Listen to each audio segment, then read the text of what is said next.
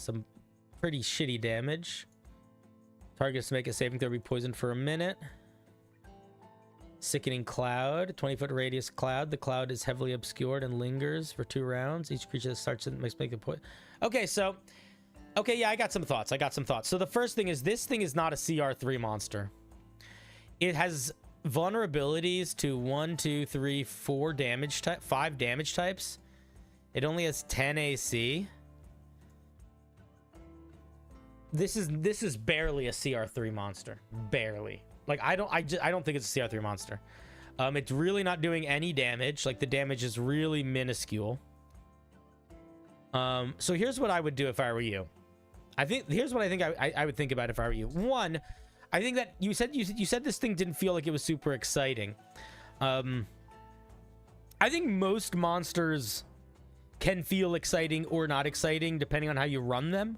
So I don't want you to feel like it has to be exciting every time you run it to feel like that's a success. Like, you can run a hill giant in a really exciting way, and you can run a hill giant in a really boring way. Does that mean the hill giant needs to change its design? I don't know. So I would just think about that in general with how you're running your games and your combats. Like, you're not always going to be on your game. And sometimes you're going to be extra on your game. But there are some things you can do. And what you can do is you can sort of build elements of plot and story into the way you run your monster. So, for example, why does this thing have 1, 2, 3, 4, 5 condition immunity, 5 damage immunity, vulnerabilities? Like, what is that? Maybe that's authentic to whatever fiction it's inspired from, but what is that doing to make it more fun to fight at the table? What is it doing to change the combat? And I would literally say that that's my feedback sort of across the board. I think Mandrake Screech is interesting. I think you get rid of the reaction here and you make the reaction they swing their sword. I think that's cool. I like this whole thing if you figure out how to tighten this up a little bit. And honestly, this is a cool mechanic that I think could be an interesting aspect of the fight, for sure. My question comes into this creature's actions. And I'm wondering if that's why it felt like it wasn't very exciting. Because it is a weird stat block so far, right? It's such low AC, so many damage vulnerabilities.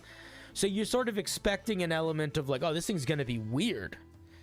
And it has this passive ability that is very weird.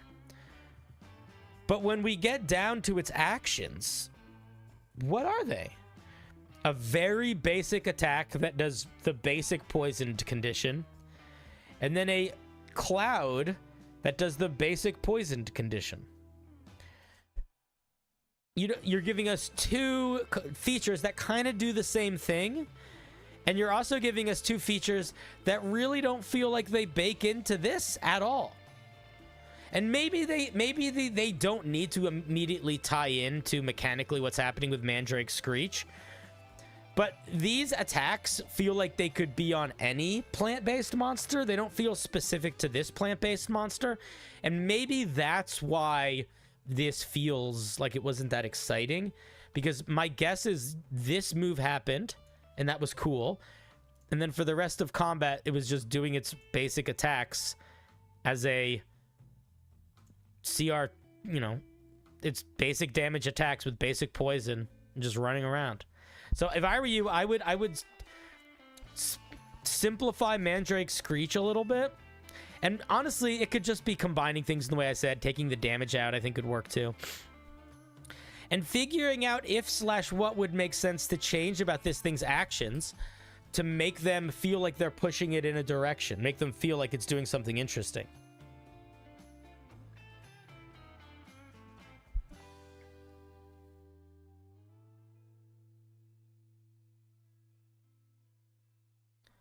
So that's pretty much my feedback, because I think that this monster in the right circumstance could be really fun without any changes.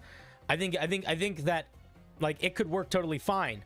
So I don't even know if you need to make those changes, but I do think if I was gonna make changes, that's what I would push towards. I'd push towards, why does it have the sickening cloud? I get it having a basic poison attack. It's a little plant.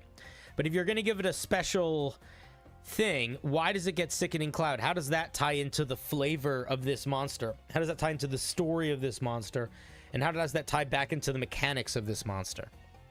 Got you, Redmer. Yeah, it should also have higher AC. But yeah, I'm not sure what CR would make. The problem is it's too many damage vulnerabilities. Like, unless you want the damage vulnerabilities to be the main gimmick of the monster, I would get rid of all of them. And those are my thoughts. I think it's a fun little dude. I think you've got a bunch of mechanics that are interesting, but a lot of them don't feel like they're synergizing right now.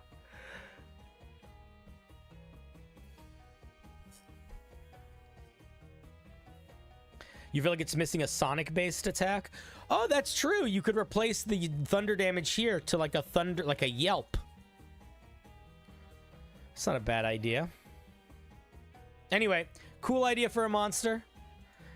Thank you very much for sharing, Brent. Let's give you a round of applause.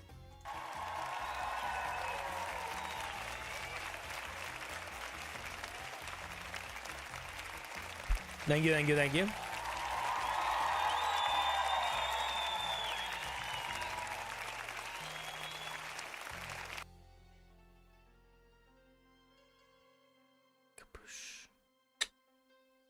Brent, I'm taking you off the big wheel.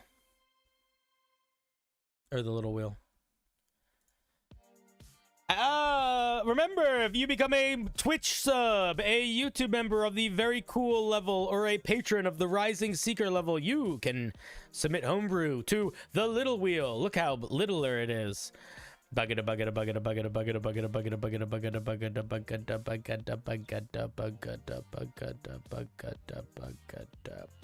Boop. Flairware.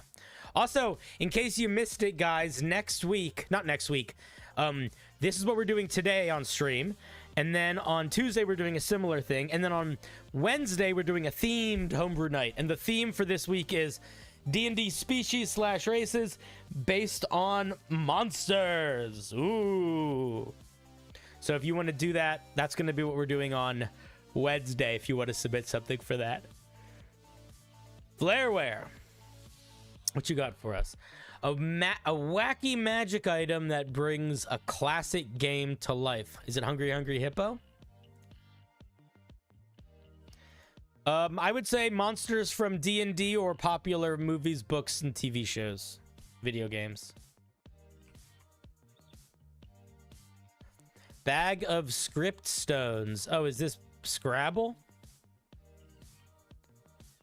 Are you giving us a way to play Scrabble? All right.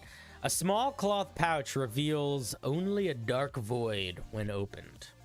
Sounds of clinking marble tiles. I would say, this is such a tedious little thing. I would say ceramic. I think it'll sound better if they're ceramic. Can be heard when the pouch is shaken. It has 7 charges and regains all expended charges at dawn.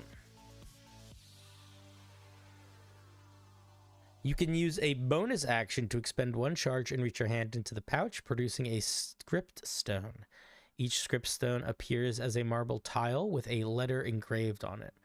Whenever you do this, roll 1d100.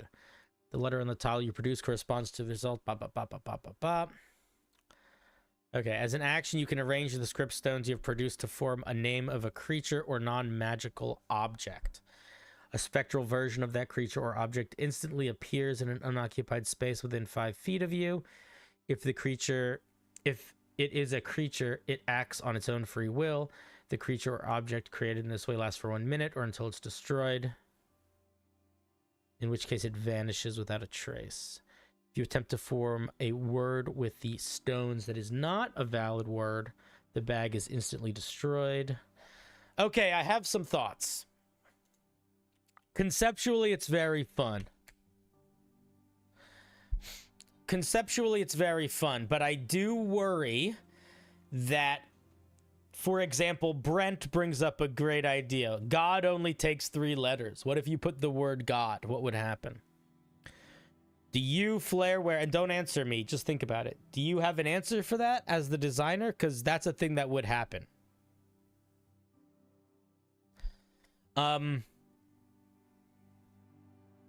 I like it.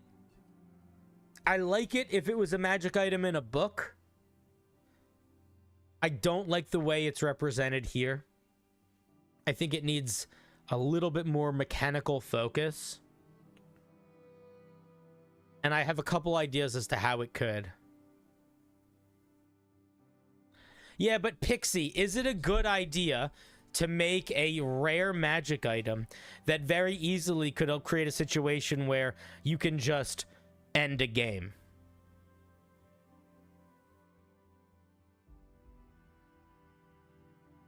Like, do you know what I mean? Like, sure, it could do whatever it wants, but like, you know, it's...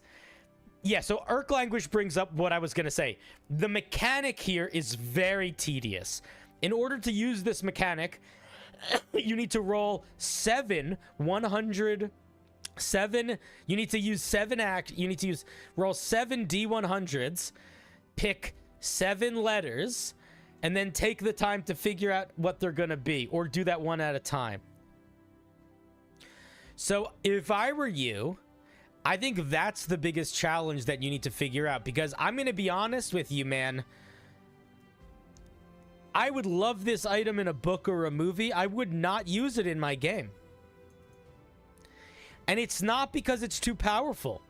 It's because I don't want one of my players... I don't want a magic item that makes one of my players stop playing D&D so that they can play Scrabble for a little bit and figure out what words to build, or the whole table does. That doesn't sound fun. Like, it's like, the only way this item works is either A, the entire table decides to stop playing D&D for a little bit and to figure out what words we can spell, or one person stops playing D&D for a little bit to figure out what words they can spell. There are some things you can do to make it a little bit, I think, more streamlined. One, I don't think it should be a bonus action to pull a single letter out. I think it should be, this item can be used once a day, and you pull 7 letters out, you roll 7 D100, and you get all 7 letters immediately. I think that would help quite a bit. But beyond that, I'm not sure. This might just be one of those situations where you like the idea, and unfortunately the idea kind of makes you have to stop playing D&D for a little while.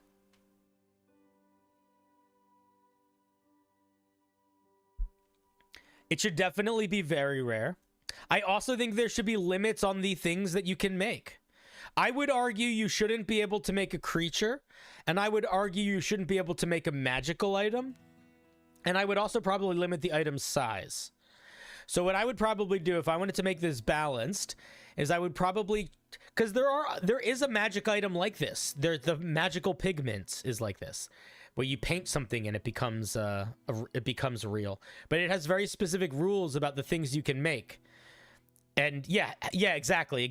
So just look up the marvelous pigments or magnificent marvelous pigments. That's what they're called. Look up the marvelous pigments and copy those restrictions. Otherwise, I don't think this works.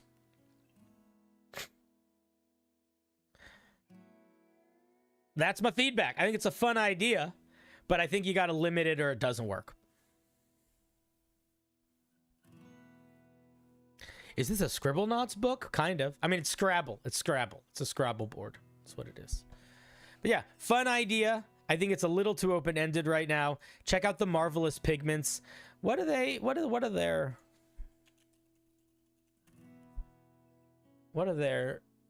limitations?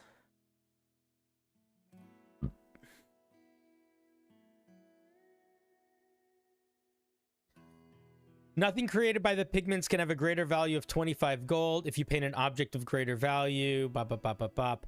And then the pigments have are limited in size because more paint takes more... larger sizes take more paint, and it runs out of paint. So that was sort of how it limits its size, is that you have a limited amount of wall space you can paint on and amount of paint you can use. So I would look to this for some thoughts on how to tone that down. 7 D100s is essentially 14 dice rolls. 7 table lookups, 5 minutes of an anagram search. That doesn't sound very fun. I mean, I think that feeling that you have is totally valid. And I think for better or worse, unless you want to pull a Scrabble board out and have them pull from a Scrabble bag in real life, there's really no way of avoiding that step of the many dice. And if you are against the idea of an item where you have to take the time to think about how to spell a thing, then this fundamentally doesn't make sense. Like that's reasonable feeling for you to have, but I don't think that feedback is going to help Flareware, because if you're saying you don't want an item where you have to do an anagram game, then you shouldn't make a Scrabble item, you know?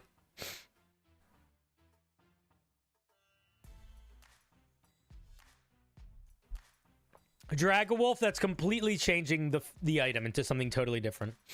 I appreciate the thought, but it's completely changing it. Could you spell stuff in any language? I don't know, Brent. All of those questions are questions that Flareware is gonna need to think about if and when they want to use this item.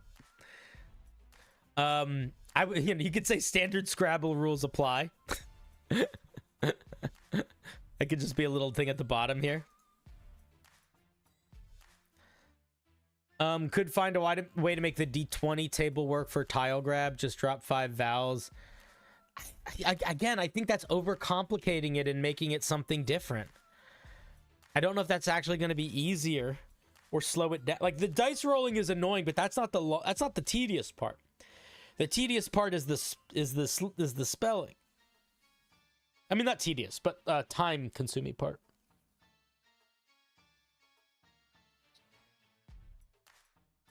I think a lot of people would really like this. I think honestly, from a usability perspective, genuinely the only tweak it needs is some really big limitations on the types of objects it can summon, and that's it. Everything else is pretty much usable. It's just tedious. But if you make this one dice roll, it's not going to be as tedious. All right, those are my thoughts. Thank you, Flareware. Fun idea for an item. It is one of those items where you kind of have to just accept that some people like the game some way and some people like the game another way, you know?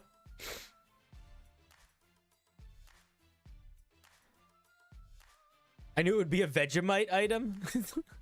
I think that some people would love that, dude. That's the thing. There's nothing wrong with making an item that works for some play styles and some doesn't, and works for some play styles and not for others. That's fine. I just think genuinely, if you like it, the only thing you really need to do is balance down the power. And I think the picking 7 tiles at a time is just going to make your life easier. Anyway, thank you very much for sharing.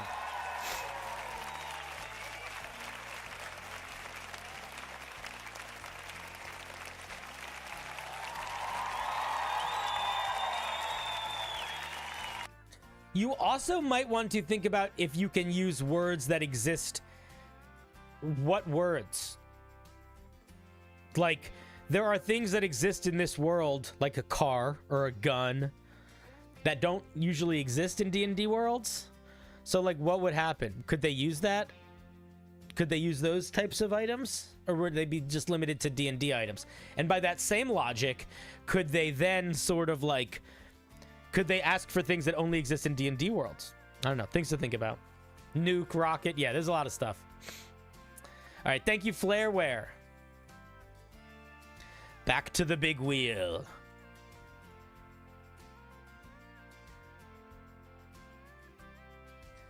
Ever growing.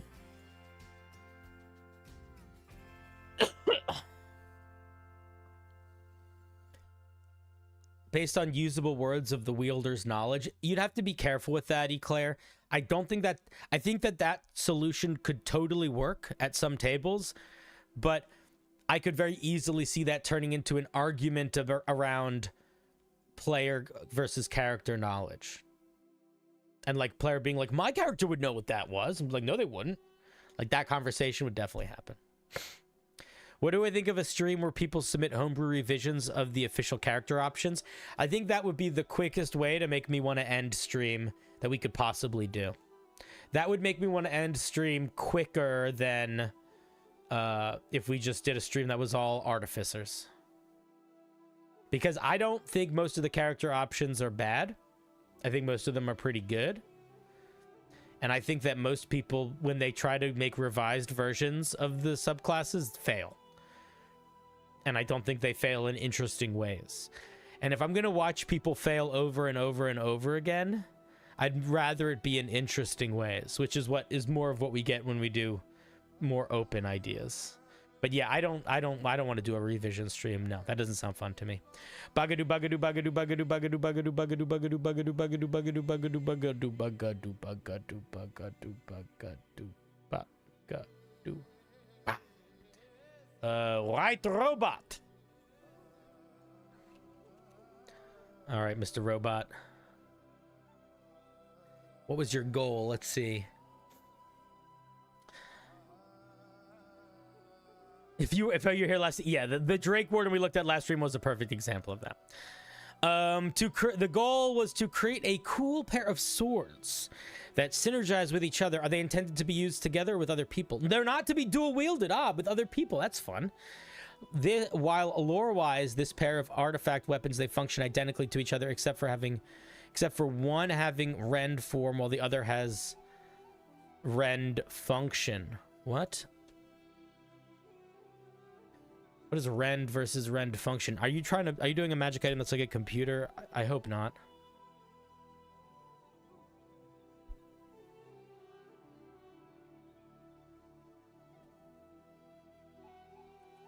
Oh, you're not. Good. Okay. The Nameless Blade and the Forgotten Blade. Hey, at what point, what's the difference? You know what I'm saying? How long does something become forgotten before it becomes nameless? And what nameless thing is not forgotten? The Nameless Blade and the Forgotten Blade are a pair of great swords seemingly made of obsidian and engraved with untranslatable runes. Who created them and for what purpose are lost to history, implying they may have been used against their maker. So there is no information in this sentence, so cut this whole sentence out. If you're going to say we don't know who made it, we can just get rid of that sentence. That sentence means, here is some information we don't have. We are missing. This sentence is telling us about something that you don't know, so it doesn't matter. Artifact. Ooh. When you make a weapon an artifact, as opposed to a legendary item, you are deciding that it is okay for the item to potentially, fundamentally break the game. And be overpowered. Get out of here, fucking TikTok. And potentially break the game. So that's like, as long as you're cool with that. Let me rephrase that. If you have an idea for an item that needs you to kind of break the game in order for it to work, make it an artifact.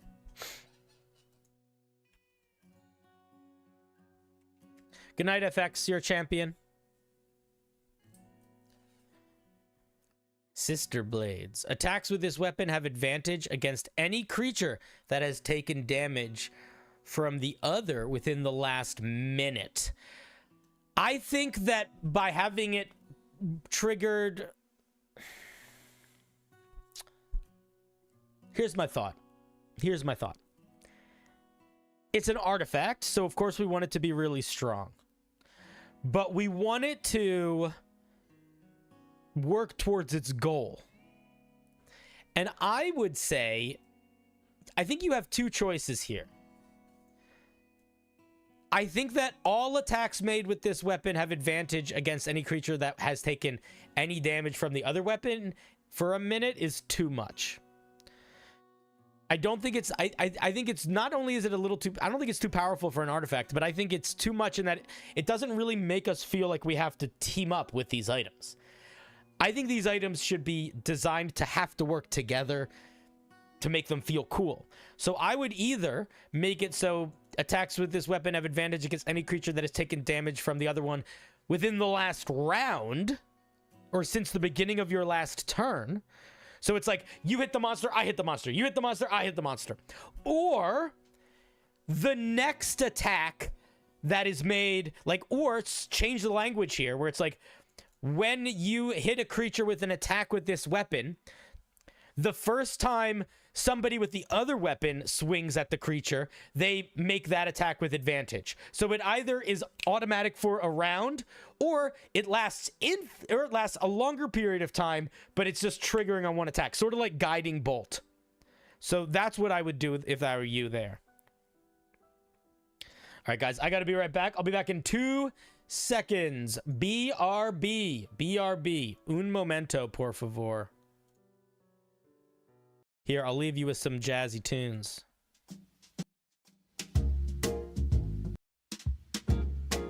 One sec.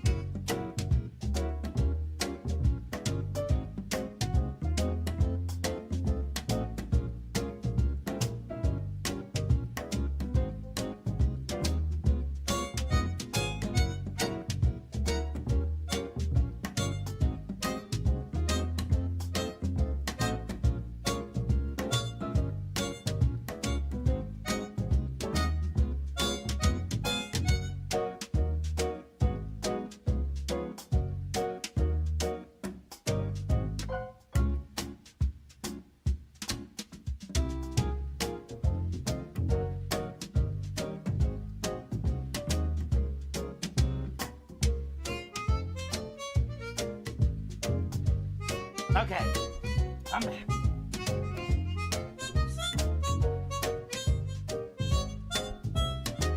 Okay, we're back. Let's stay in the jazz world, though.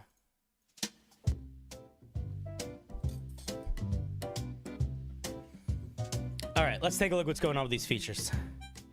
So yeah, I think a minute kind of takes away from the goal of the piece, of the teamwork of the two items. So either make it like, after you deal damage to a creature with this weapon, the next attack the other sword makes within the next minute. Advantage. You know, okay, moving on. Rend, Nameless. When you hit a crit with this item, the creature takes extra slashing damage, loses all resistances and immunities, and has all of its ability scores that are higher than 10 reduced to 10 until it finishes a long rest. This sucks. This fucking sucks. What dungeon master is ever gonna want to have to do the math to rebuild its monsters' hit points, ability scores, saving throws, attack rolls, damage rolls, armor class, everything? This is not a good feature. This is not good. It's also too much. I would say get rid of all their resistances is fine, but I think everything beyond that is overkill. And then I think this last part legitimately will not be fun to work with.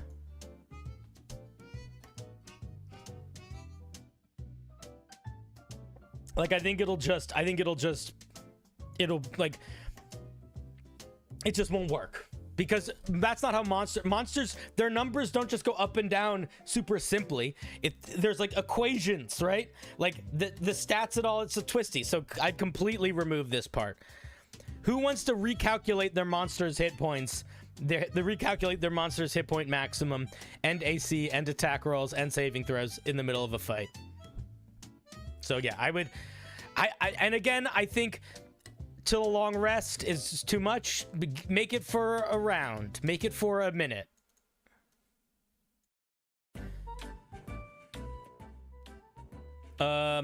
When you get a crit with the other one, it deals slashing damage, and they can't use any special ability. Again, what the fuck is a special ability? What does that mean?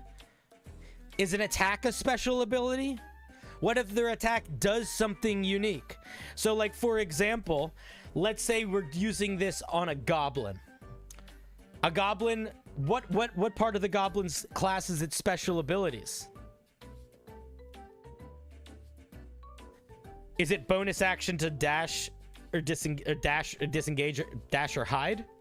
Sure, that's a special ability. That makes sense. What about its attack? Well, its attack just does some damage. So is that a special ability? I don't know. It's an attack, so it's not a special ability. Cool. What about a wyvern?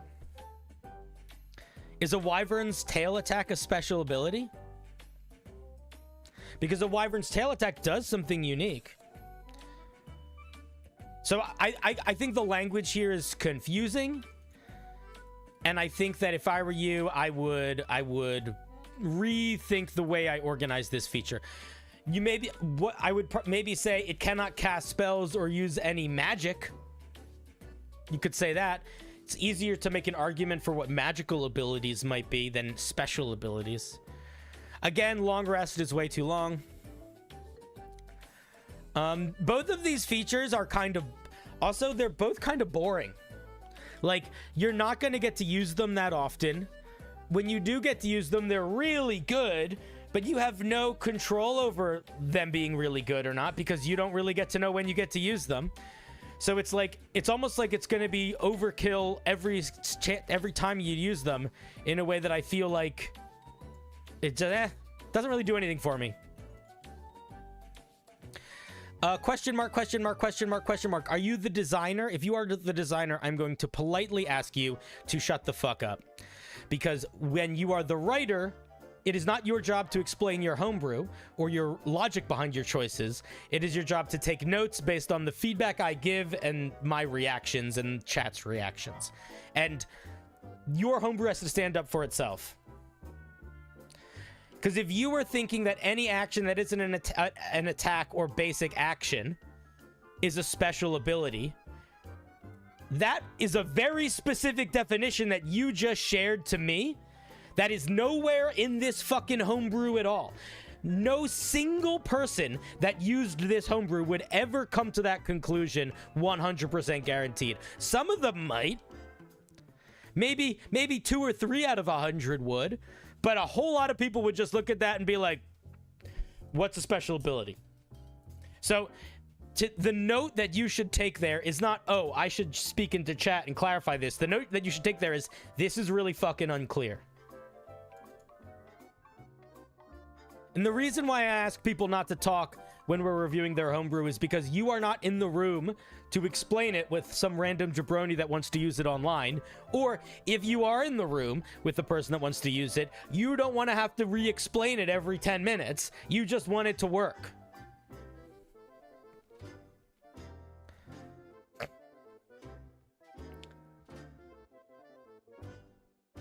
Yeah, so I feel like in the weird situation, I just really don't like either of these features. Not because they're not interesting ideas, but because not only do we have no control over using them, when we do get to use them, they do too much. So they both take away agency from the player and take away fun from the game. Like when they are, it's sort of like when you have, there's certain class, I've seen people do this before, where they make their capstone for their class, like they make a new warlock capstone feature for a subclass, and it's crazy powerful, but after you use it, you can't use it again for a month.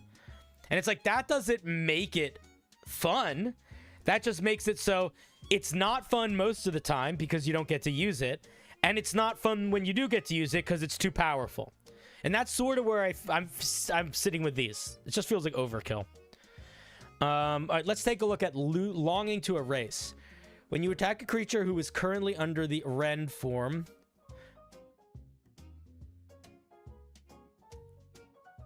who is currently affected by the rend form, what does that mean? How is the creature affected by the rend form? So this means nothing. I think what you're trying to say is that when you hit somebody with the weapon, this is what I think you're trying to say. I think what you're trying to say is when you hit somebody with Nameless Blade, Forgotten Blade scores a crit on a 19 or 20 for a minute. I think that's what you're trying to say. Just say that.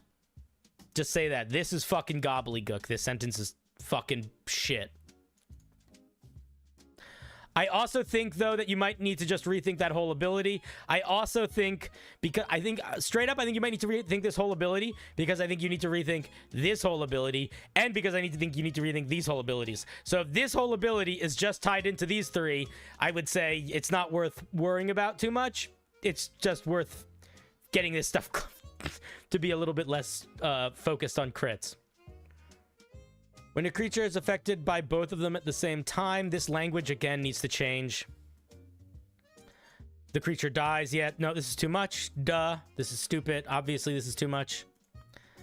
This means that if I hit you with Rend, and then I hit you with, or I hit you with Nightmare Blade, if I hit you with Nameless, so you're affected by it here, and then I hit you with Forgotten. This feature just, wait a minute.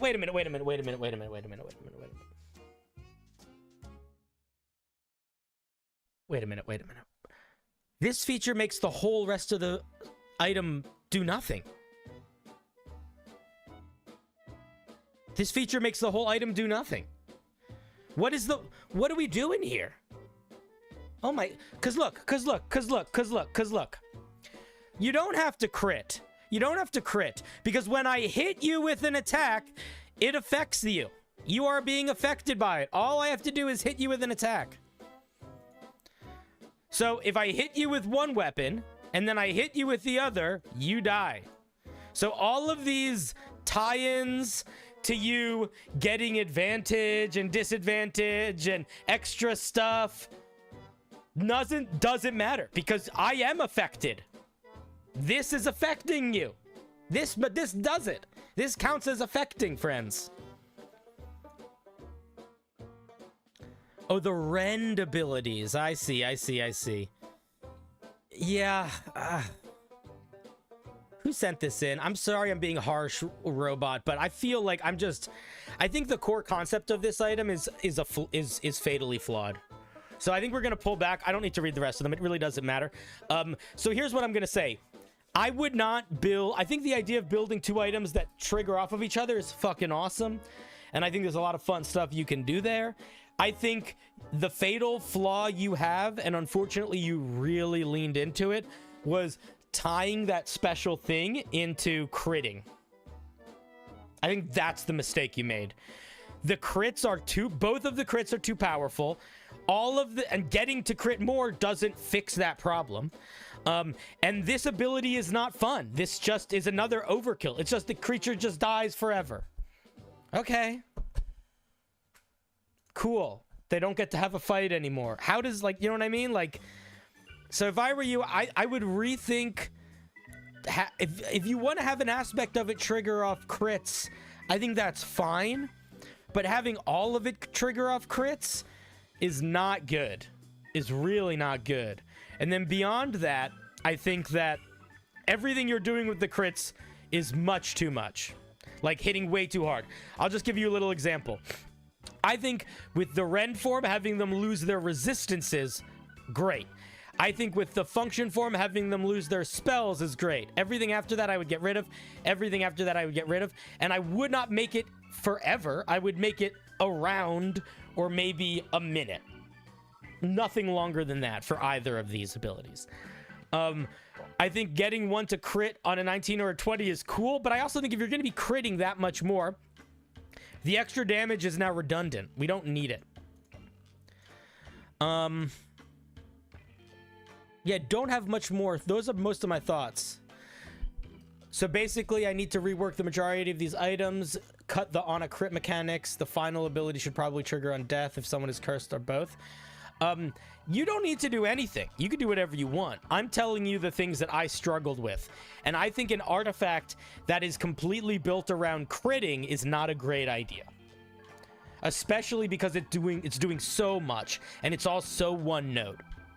And I would spend more time thinking about how these objects are designed to work together more than I would about critting specifically. That's what I would do if I were you.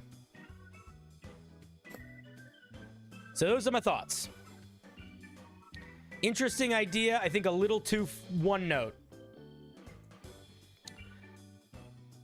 And a little overkill. Thank you very much, Mr. Robot.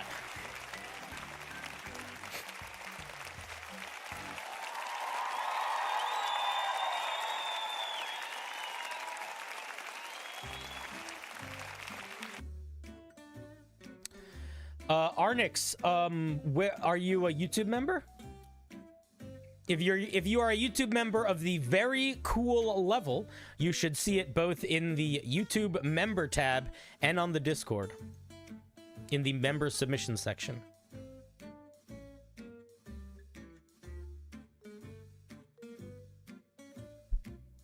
You might also just not be the right membership type. Bagadu, bagadu, bagadu, bagadu, bagadu, bagadu, bagadu, bagadu, bagadu, bagadu. You can also ask for help in the Discord. People are usually pretty good at helping. Baga ba ba ba. It's Schwa, I think.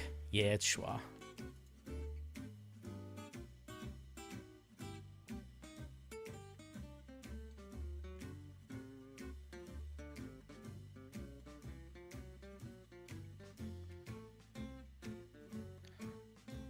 Schwa, did you change your name in the form? Oh no, I spelled it wrong. First submission in many moons. The first of a series of magic bottles. General feedback is the right rarity. Is it right rarity?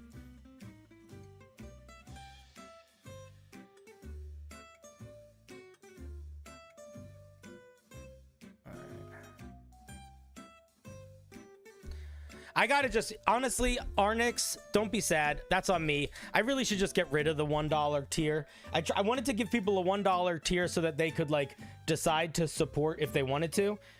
But I should just make it start at $5 so that it's the same across Twitch, YouTube, and everything. Let's see. Bottle Rocket. That's a fun name. I have one wheel that is publicly available for everybody, and then I have one wheel that is exclusive to my subs, patrons, and members. So we switch back and forth. We do one that's a public wheel, one that's a YouTube member, Twitch sub, patron wheel. A bottle rocket. This bottle glows faintly and is warm to the touch. As an action, you can open the bottle, sending a mote of fire whizzing into the sky. The mote flies directly for 100 feet. It then detonates, causing a flash of sparks and popping sounds that can be heard from 300 feet away.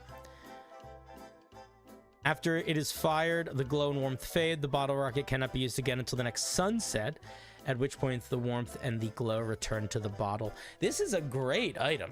Holy shit. I really like it. So I have almost no feedback. I think this is close to just perfect.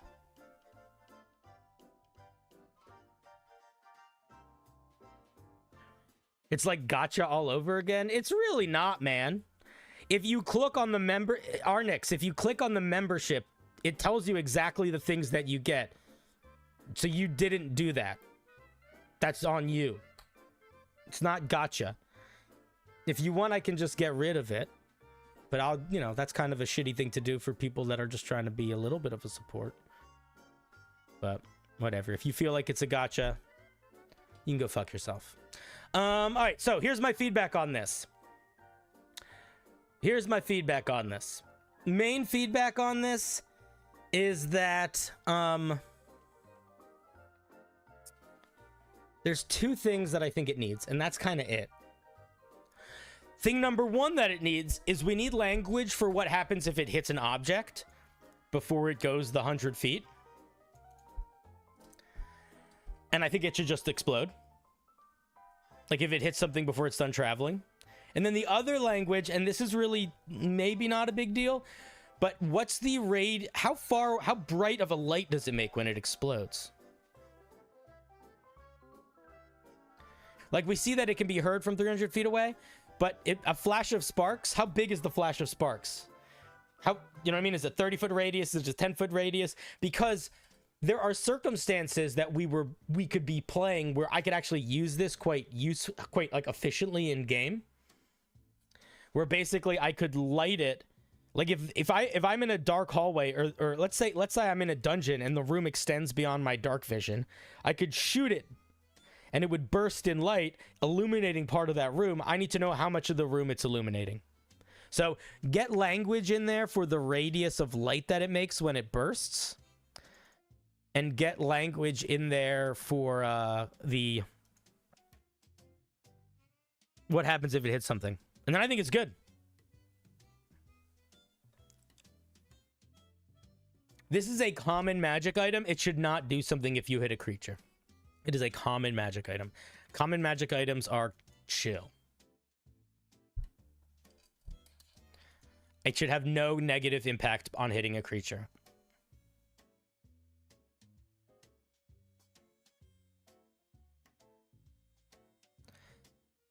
It says, oh, it flies directly upward. No, it says, oh, directly up. It does say it flies directly up. I didn't notice that. I thought you could just point it. I'm sorry. I misunderstood. I would change it so you could point it then. I was thinking about it like you could point it. I don't think it should do damage. I think it's a magic item that does a magic thing. I think the glow that it makes is probably illusory at best. And I think if you look at literally any other common magic item, if they do something as powerful as a flashing light and something that shoots 100 feet, they're not doing damage.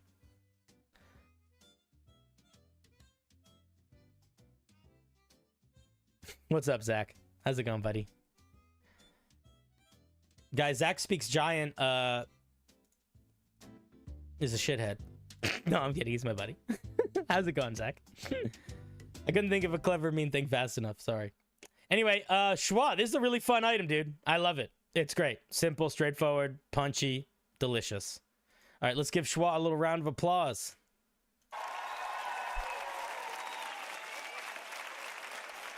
No, fuck off. Stop telling people, Schwa, do not listen to any of these idiots in chat. All these fucking dum-dums trying to make your common item have combat things. Oh, it should do damage. Oh, it should blind people. No, it shouldn't. It's a goofy little thing. Let it be a goofy little thing. Don't listen to any of these idiots. I'm just kidding. You're not an idiot. But if I yelled at... Yeah. All of your collective idiot. Don't listen to them, Schwa. Let your bottle rocket just be a bottle rocket. It's a common magic item. It's common. Yeah, or make it slay gods. That's fine too, I guess.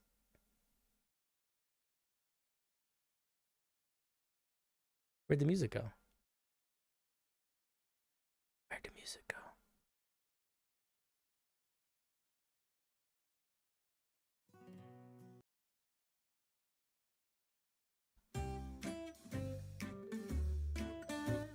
All right. Let us see here.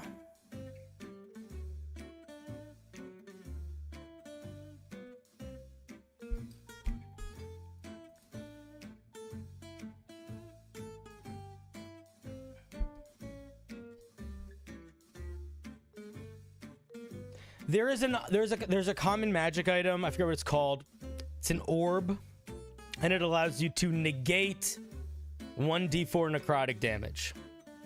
So that is technically a combat item, but that's the only thing it does, and I don't think it's infinite in use.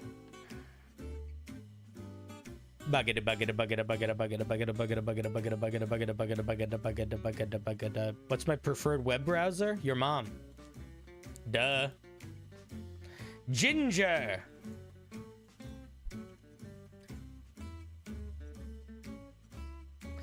I wanted to create a subclass for a barbarian inspired by the shout system from Skyrim. Interesting. Okay, let's take a look.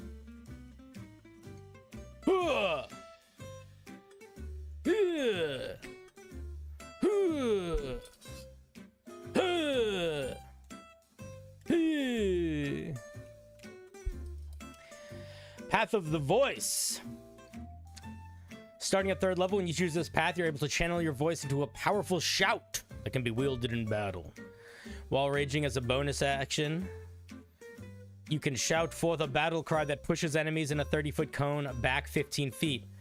Targets have to make a strength saving throw against your shout or be knocked prone. You can use this proficiency number of times.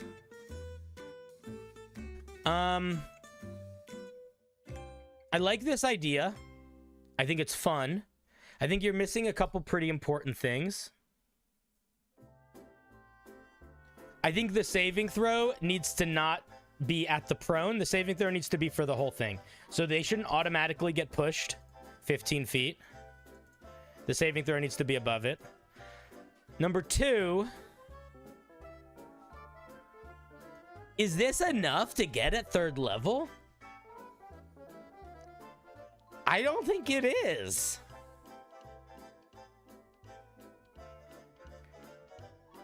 I also feel like we're both... I sort of feel like we're getting too many shouts, but also we're not getting anything else. If I were you, I might... I also don't think it's a good idea. Color me crazy.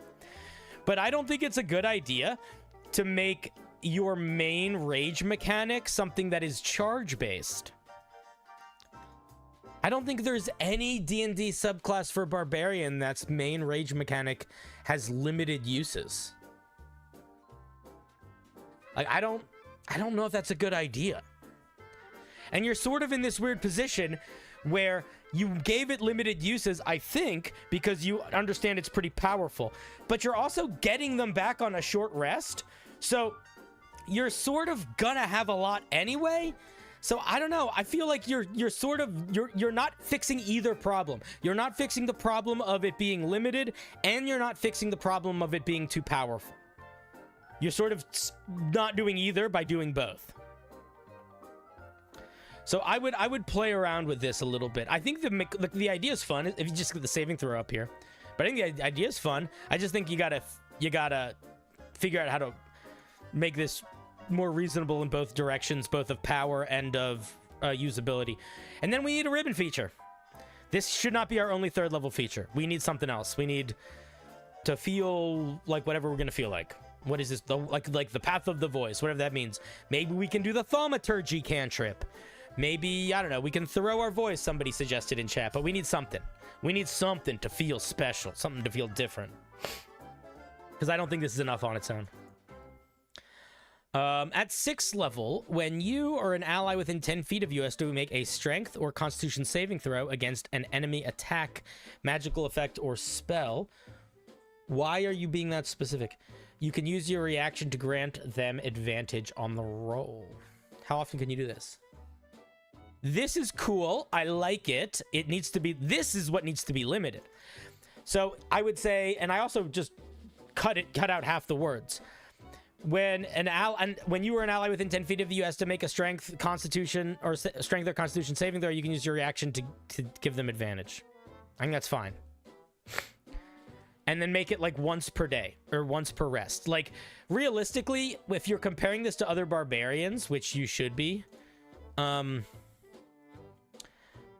closest thing to this is the Zealot Barbarian, and their thing is once a day. And they're a very good barbarian. When you fail a saving throw, you can re-roll it, and you can use this once per rage. So it should be that. When an enemy... And also, honestly, man, I don't think it should be you. I think it should just be an ally. When an ally within a certain range of you makes a strength or con saving throw, you can use your reaction to give them advantage once per rage. Boom. That makes it super workable.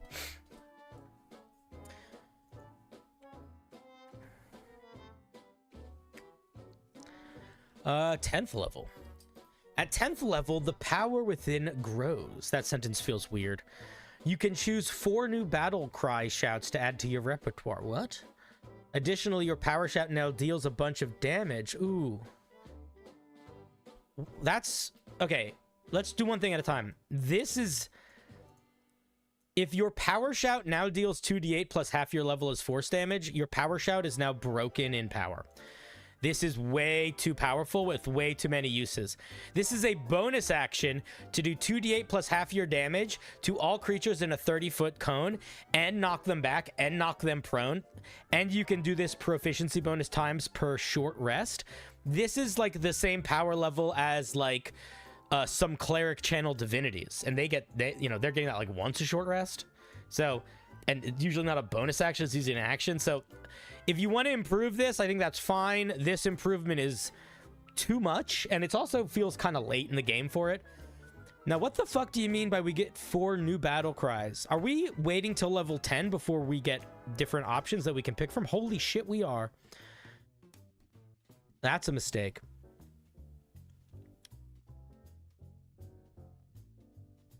I wouldn't do something that just flat gives you plus bonus to attack rolls and spells. Blinded is fine.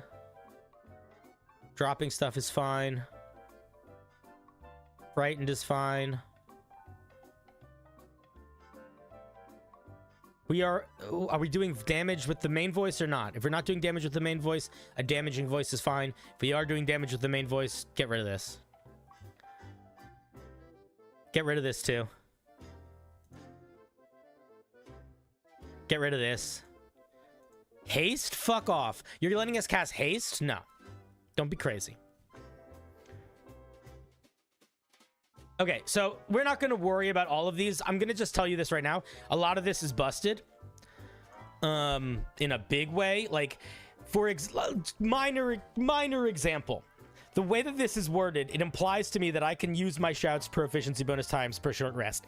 That means that I could, if I pick the hasted shout, I could cast haste on my shelf, proficiency bonus times per short rest. At level 10, that means I could cast haste on myself, what, 3 or 4 times a short rest? That means that as a barbarian, I would have access to potentially 9 third-level spell slots that I could cast while I was raging. So, a little bit of an issue there. But the bigger issue, and I think, honestly, I think solving that problem is going to solve a lot of these being broken, is that why the heck are we waiting until level 10 to get interesting options? If you're building a subclass around getting cool voice things we can do, that should be what we get at level 3. The pushback voice should be one of the options. You know?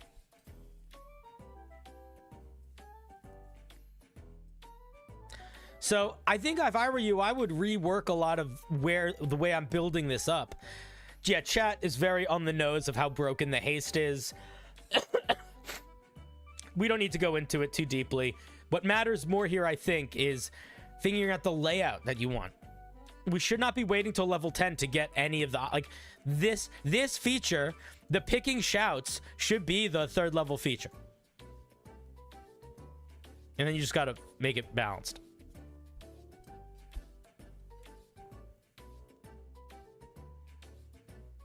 Maybe the shout should replace an attack like the Dragonborn's breath weapon. I think it could still be a bonus action. I think that's fine. I think you just got to temper it to something realistic and calm. Not quite as hectic as it is. Yeah, and by 14th level, now we have really broken the game because all of the issues that we got with the damage increasing here are just getting worse. So if I were you, I would start from scratch. I would take the 10th level feature, figure out how to balance that to be a 3rd level feature, and then build up from there and genuinely build it from scratch and ask yourself a question, which is, aside from yelling, what can I make this barbarian do?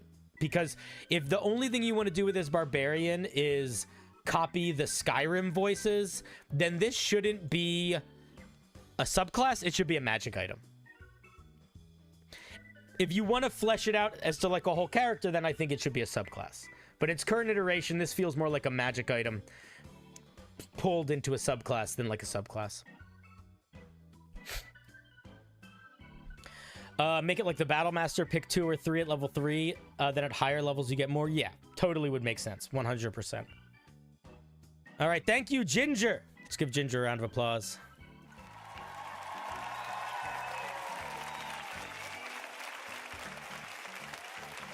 We don't even need to debate whether or not they would be stunned at the end of the feature because they're gonna take it out. It doesn't matter. Like it's broken for a million reasons.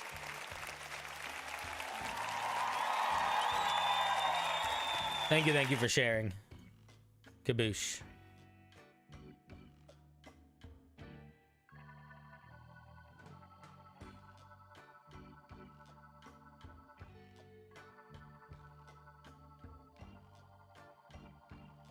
Milky.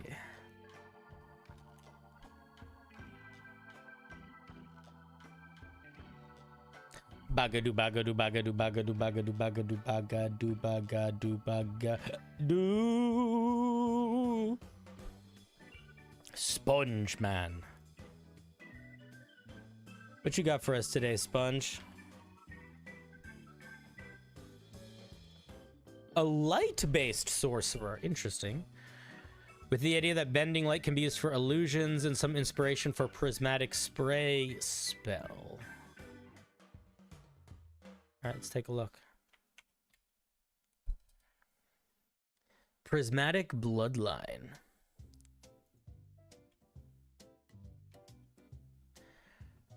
The Prismatic Bloodline sorcerer has light running through their veins. Power that manifests in people who are exposed to the influence of the plane of light. They harness and bend luminous energies to their will using illusory and kaleidoscopic magic. Cool, solid flavor text. Let's see what spells we get. Color Spray, Fairy Fire, Mood Beam, Mirror Image, Daylight, Hypnotic Pattern, Greater Invisibility, Sickening Radius, Seeming Wall of Light. You don't give us... I do think it's a little bit... You don't give us any actual illusion spells in the spell list. I don't know if that's a intentional choice or not, but worth thinking about. Light Bending. You learn Minor Illusion. It doesn't count as a cantrip. It doesn't count as a spell, whatever. It doesn't count towards just known spells. A creature of your choice that starts its turn within 5 feet of the illusion must make a wisdom saving throw against your spell save DC. On a failure, the creature is distracted and has disadvantage on the first attack roll it makes this turn. That is an interesting mechanic.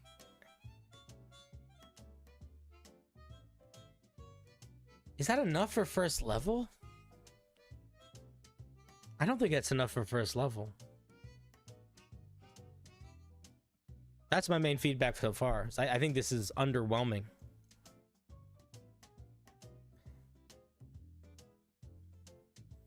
No. A lot of these spells are on the illusion spell list. Greater invisibility, seeming. Actually, seeming might be enchantment. I meant like there was no major, like there weren't any literal illusions that you summon. That's what I meant. Mirror Image doesn't really make an illusion. It makes like a defensive thing. I meant like there's no silent image, major image, that sort of thing. Yeah, first level, underwhelming. At Prismatic Soul, as an action, you can spend a number of sorcery points equal to the maximum proficiency bonus to unleash a prismatic energy. Choose creatures within 30 feet of you. Roll a d6 to determine the effects.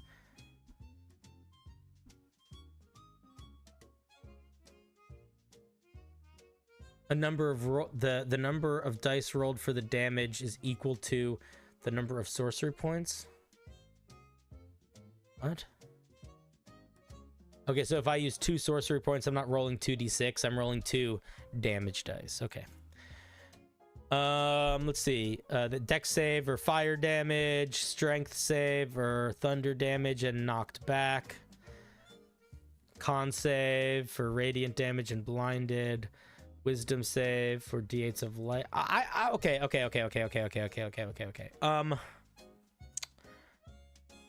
Chat, I'm curious to see what you think. Here's what I'm gonna say. I feel like in a weird sort of way, this doesn't actually feel like it fits the subclass you just told us about.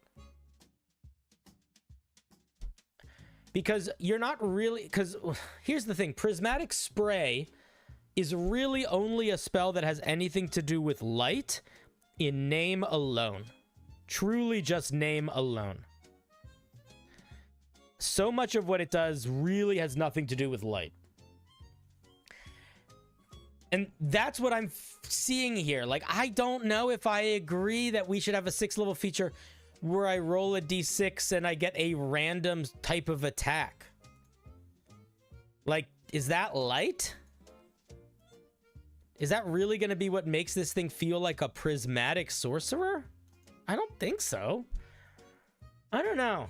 Maybe that's just me. Chat, feel free to disagree with me here, but like when I'm looking at this feature, sure, it's called prismatic whatever, and it's doing, you're rolling dice and it's shooting colorful rays, but what is it actually shooting? It's shooting little fireballs. It's shooting little thunderballs.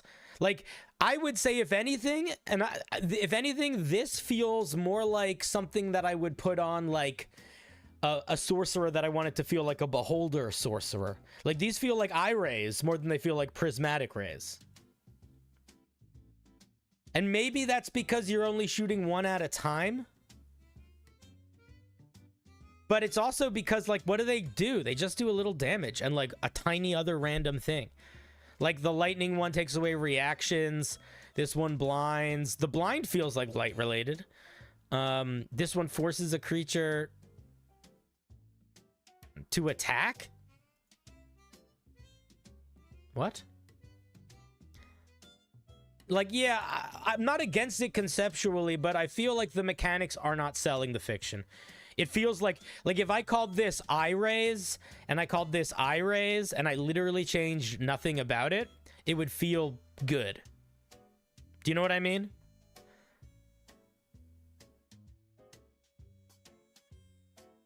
I think that the issue, really what the issue is that if you are taking Prismatic Spray as your inspiration, the only thing that makes Prismatic Spray feel color related is the name and arguably the fact that you're shooting a million different light rays at the same time. But you're not doing that anymore here. And I think that really makes it not feel like Prismatic Ray. It makes it feel like fucking Beholder Eyes. So I think you got to figure out how to make it feel more rainbow, color spectrum, and less individual lasers, or I don't think it works.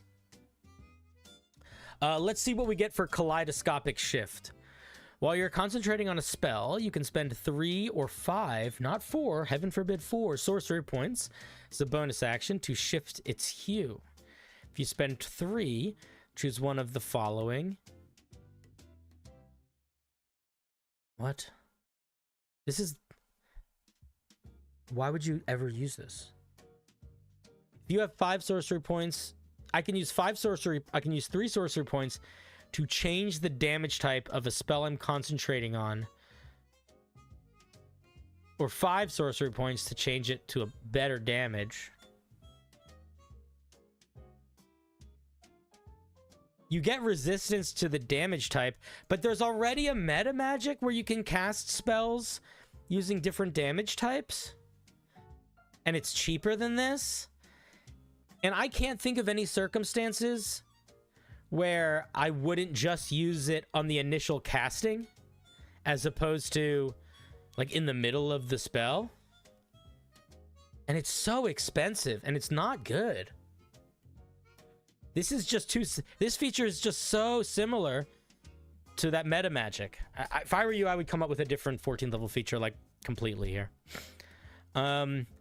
Prismatic, you learn Prismatic Wall. It counts as a sorcerer spell for you. When you cast it, you can move through without being affected. This is a fine 18th level feature, if not feeling a bit like a cop-out. Here's the main feedback. This first level feature belongs to a completely different subclass than all of the other features. That's the first thing. The second thing is that there's really no illusion anywhere in this subclass outside of the light bending, so I would cut any illusion language up here. Separate from that, or maybe the better thing to do would be to get more illusion baked in, because I think you kind of shot yourself in the foot with the Prismatic Soul. I don't think it does a good job of feeling prismatic. It feels like I have laser gun. It feels like I have a random laser gun or a random Beholder Eye stock. So if I were you, I would spend a little bit more time playing around with other ways to interpret light manipulation than the Prismatic Ray, Prismatic Wall spells. And I would try to... I mean, the first level feature is fine. I think you need a little bit more. But I would completely new 6th level feature, completely new 14th level feature, maybe new 18th level feature, depending on what the 14th and the 6th level feature are. But, like, if you want to be doing stuff with prismatic rays, you got to make it feel like a prismatic ray. It can't feel like a laser gun. And if you want to do stuff with changing damage types, you really need to pay attention to the other ways that sorcerers have access to change damage types.